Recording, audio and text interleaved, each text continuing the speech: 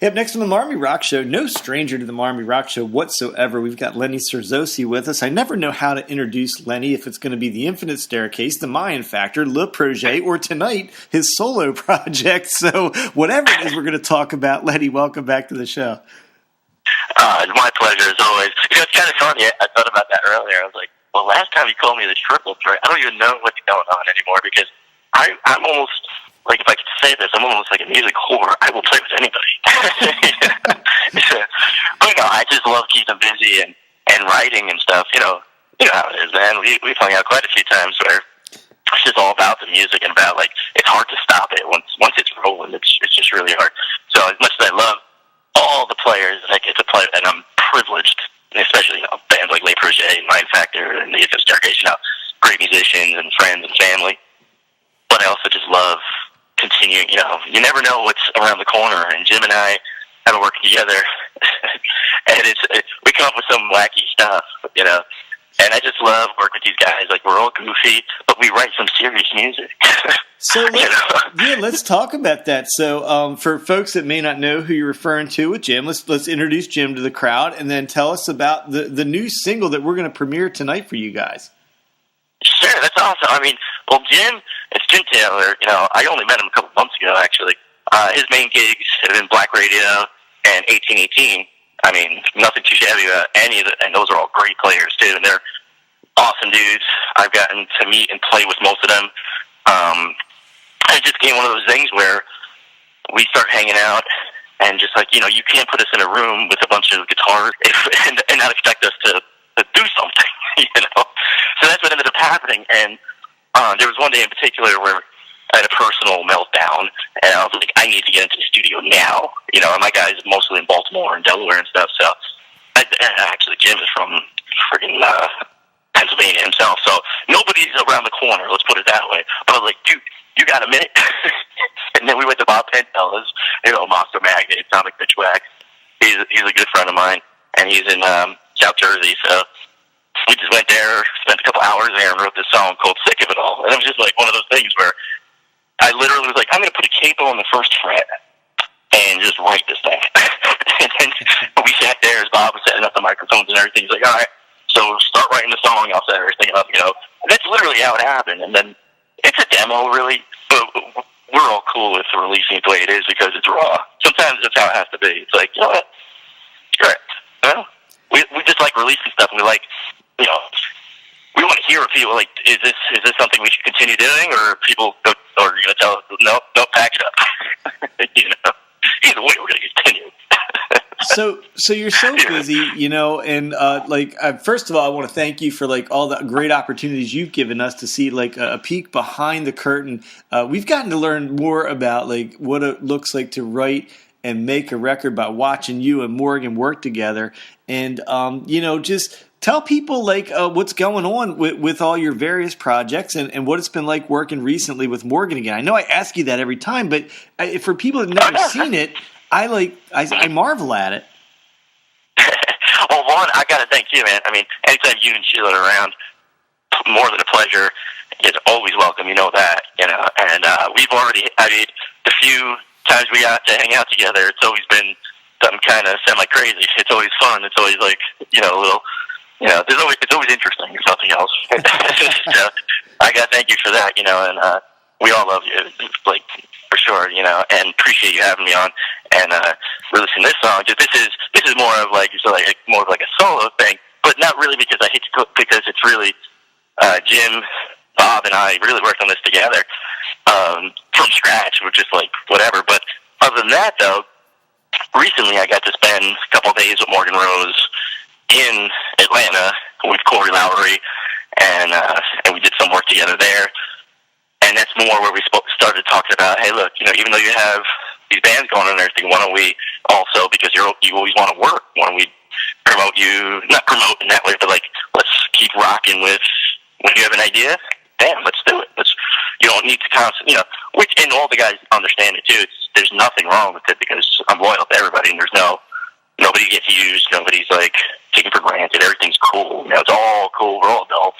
We all play with multiple players and all that kind of stuff. It's cool. There's nothing wrong with that. And the industry is so hard to survive in. As busy as I am, I mean, it's hard to make money. I mean, I hate to bring that dirty word up, but, you know, we all need to survive somehow. And I don't make much money on the music, but it's like a drug. I can't give it up. There's, no, it's like, you know what I mean?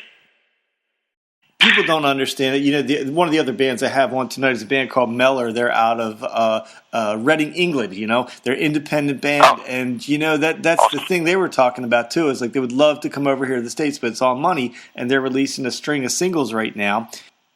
It's crazy. Again, it's one of the things where you can't fake it.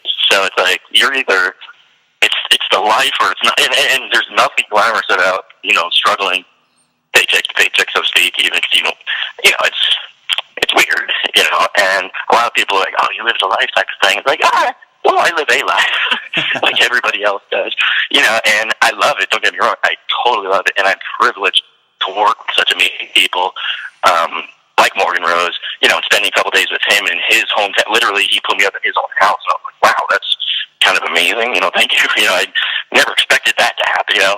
And it's kind of cool, you know, walking into his living room and seeing the gold record. I'm like, well, I guess this is what making it is these days.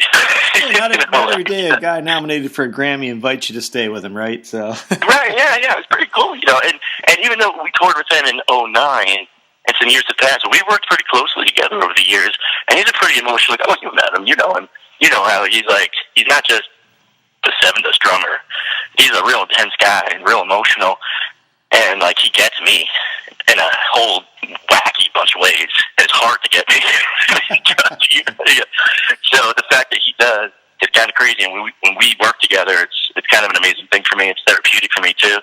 You know, but it's hard because, you know, he's Atlanta and I'm New York. And like we always say, you know, it comes back to the dollar and, you know, flying and hotels and all that kind of stuff. You know how it goes. And just recording, too. It costs a fortune, especially if you get someone. And we know lots of good guys. Everybody we work with, you've met them all. They're all amazing, but they cost money, and the studios cost money. You know, so when we do a show, and I swear I've given away more merchandise over the years than I've sold, just because I'm not a business guy. I'm not that guy. If you ever see me at the merch booth after a show, you're seeing me give away shit because I don't know how to take money from people. Like that. It's not, you know what I mean? It's weird. You know, it's funny you say that. You click with Morgan because I remember interviewing Morgan about Alien Freakware, and he said the exact same thing. He's like, I know nothing about this side of the business. They just tell me what's going on with it. And, yeah, so he's got some cool stuff out there, too. Hey, I want to ask you about something real quick because you alluded when we were off air about losing your phone, but you lost it in an interesting way. You guys, with the Mind Factor, went to Mexico. Tell people about that. Yeah. Oh, my goodness. So, if anybody knows me at all, they know that me going to Mexico City is probably a dangerous thing to begin with. And this time around, I definitely lived up to my, you know, my reputation. I lost my cell phone amongst some morals. I didn't do anything that bad, but it was interesting. Mexico City is a beautiful place. The people are awesome. They love the music. They treated us so well. They treat me like a rock star out there. I mean, it's kind of crazy. You know, anything I asked for, I'm not even kidding. The last time we were there twice now. The first time we were there, you know, I get a text message. There's 100 tacos and 3 cases of beer in the lobby, the hotel lobby for you. I'm like, you know, and then I get the follow up. No, really. So like, I go downstairs. Literally, there were 100 tacos and 3 cases of beer for me. And I'm like, I gotta get on a plane in 4 hours. Like, you know, but then, you know, I had an entourage. We all hung out until the sunrise. So this time around, though, yeah, I lost my cell phone. At first I thought it was stolen, but I'm like, who would steal my cell phone? It doesn't make any sense. It's not the important on that, you know. And then, yeah, it turns out it was just in the bar, in the club that we played. But that night was crazy in itself. Probably some things I can't talk about on air. Not on our show. We're PG-13. You know us, man. Yeah, we're all kind of like almost lame grown-ups these days, except I guess I'm probably the troublemaker in the band, but Kevin's not. Well, okay, when you put any of us together, it becomes a bad thing in a couple of different ways. But we don't do anything to disrespect anybody, but we don't have a good time. And this particular night, I mean, yeah, I just don't want to talk about it. I was in Mexico City. Let's just put it that way for just 2 nights. So well, we had a good time.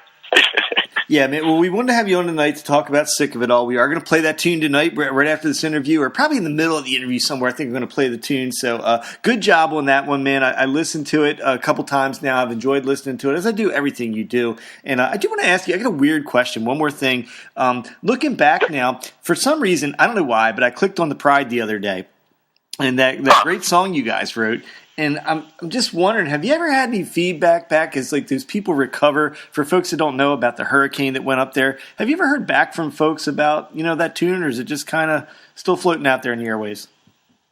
Oh no, we still to this day get lots of feedback on it. It's just we're not very vocal because it's kind of hard. Because since then, I mean, that was one of kind of the beginnings of a lot of stuff that's going on right now. Because if that song, people don't know.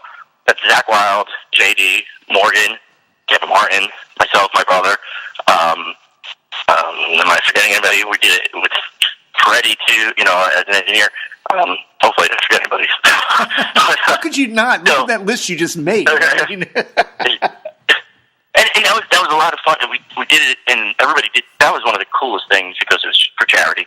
So for people that don't realize how devastating Hurricane Sandy was for the East Coast, I mean, it was bad, and I live on an island, so it was a pretty bad situation for us. I mean, luckily I live on top of the hill almost, so personally I didn't get flooded or anything like that, but half of our island was destroyed, and that's just part of the East Coast. I mean, Staten Island is a tiny, it's like 7 by 11 miles. We're a small little island, so everybody had all this devastation all on the East Coast. So to get together and do the song was really awesome. And to this day, we still get feedback on it. And anytime anybody shares it, people share it for all sorts of things now. Even commemorating 9/11 and stuff like that. Like it's been used for a lot of different things like that, which I find awesome. I love when you can take something and it doesn't matter where the original, the background came from. You could use it for anything. Music is like that. All arts are like that. You could. Man, you never sit still. The new tune is Sick of It All. It is a demo. We know that, but we're going to play it tonight for everybody. And so now I guess I'm going to say the quadruple threat is that Lenny, we'll just keep adding. Now Lenny, the solo artist, Le Projet Mind Factored Infinite Staircase. And maybe the next time I talk to you, I don't know, maybe you'll be the new singer of Van Halen. I have no idea what you're going to be doing. Right. But I always love talking to you, man. You know that. And I love when we get to hang out together. If it is once in a while, it's always fun. You guys don't stop it. Well, man, hey, man, thanks a lot for being on the show. No, thank you. Thank you. My pleasure always.